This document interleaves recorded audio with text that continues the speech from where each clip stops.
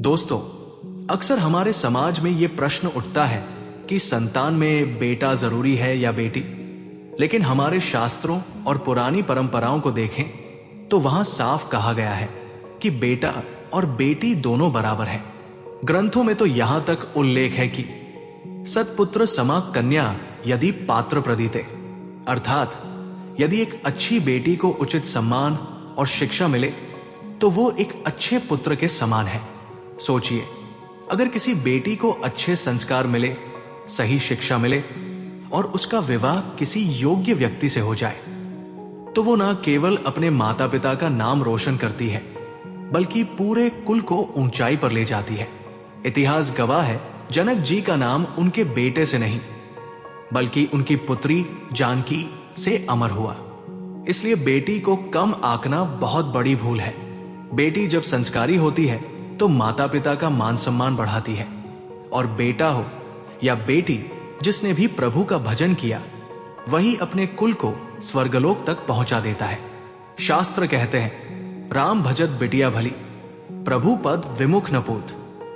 अर्थात अगर बेटी राम नाम का जप करती है तो वो भी माता पिता को तार देती है, और अगर बेटा भगवान से विमुख है तो वो माता पिता के लिए बोझ बन जाता है।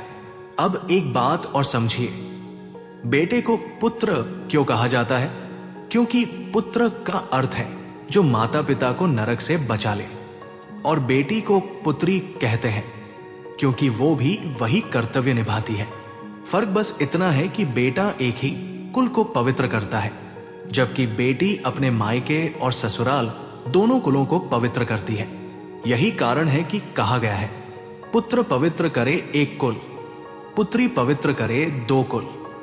इसलिए याद रखिए, बेटी हो या बेटा, असली महत्व इस बात का है कि वे ईश्वर भक्ति करें, क्योंकि भक्ति ही वो साधन है जो माता पिता को नरक से निकालकर मोक्ष और वैकुंठ तक पहुंचा सकती है।